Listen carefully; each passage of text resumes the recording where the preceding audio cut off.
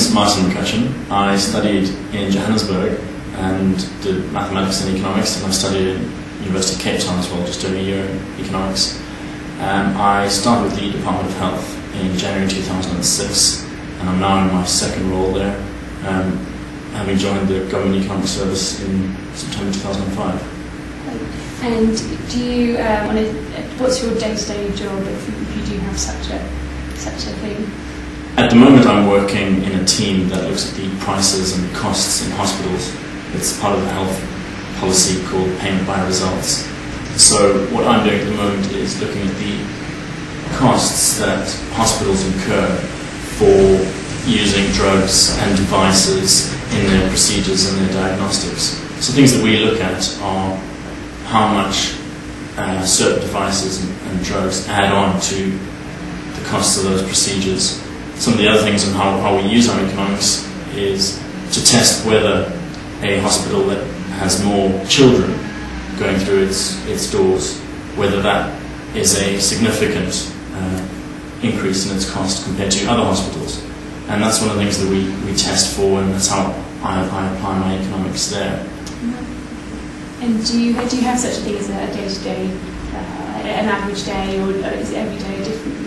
We have work plans, so we have deadlines that we need to meet.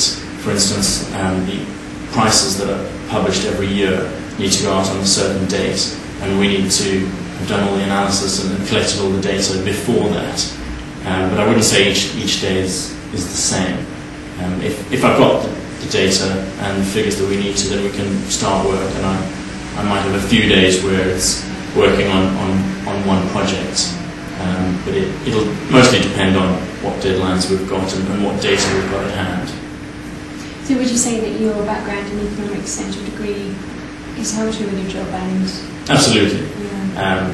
I partly chose to join the Government Economic Service because I've got a degree in economics, and one of the employers that looks for economists. And when you study economics, although it's helpful in understanding things generally, it's not directly a profession. So once you've left university with a degree in economics, you might still have a question, well, what do I do next if you don't join academia or if you don't join a bank?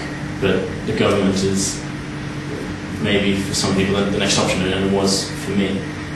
So all the data that we look at and the testing that we do and the understanding of how prices might incentivize people to act in different ways and how behaviors are consequences of prices or costs, that's all coming from knowledge and understanding of economics. I enjoy being able to apply what I've learned at university. I enjoy using the economic tools and the skills that we learned. I enjoy being able to think like an analyst for any issue.